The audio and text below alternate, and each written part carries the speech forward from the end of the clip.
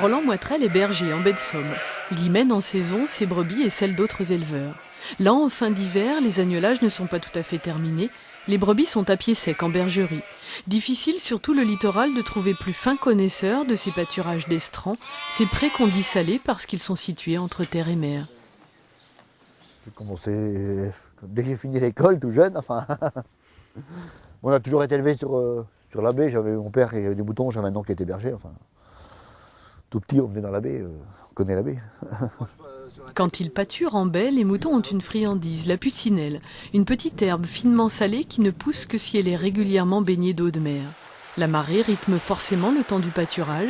Quand l'eau revient, il faut monter les bêtes à l'abri des vagues, éviter le piège et l'encerclement au milieu des rieux qui sillonnent la baie.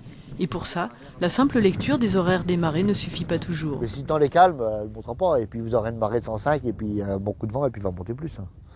C'est ça qu'il faut faire attention dans la baie. Surtout où les vents sont placés, puis s'il y a du vent ou s'il n'y a pas de vent. Équilibre délicat entre présence des moutons et protection de la flore rare.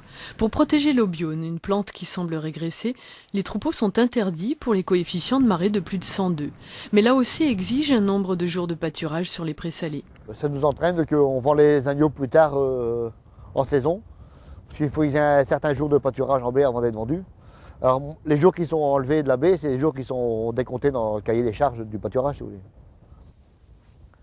Si on pouvait les vendre au 10 juin ou au 15 juin, on va les vendre au 25 ou au 30 juin. Enfin, ça dépend tout dépend des jours de marée qu'il y a dans la saison. Aujourd'hui, les bergers d'estran ne sont plus que 4. Un métier dur, même s'il s'exerce au milieu d'une des plus belles baies du monde. Mais ce métier reste indispensable à l'entretien d'un paysage qui pourrait vite se dégrader si ces jardiniers en manteau de laine disparaissaient.